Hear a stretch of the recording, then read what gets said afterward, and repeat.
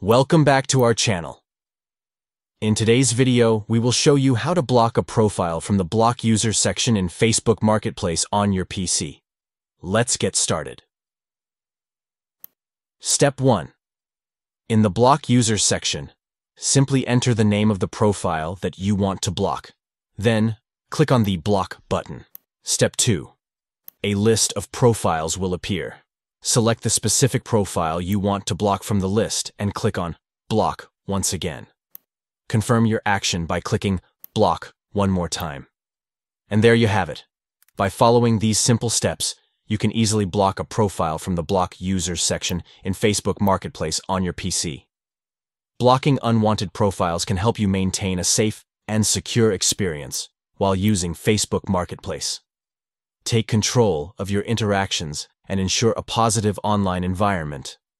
Thank you for watching our video.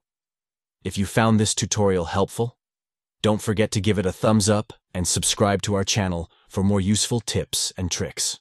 Happy blocking!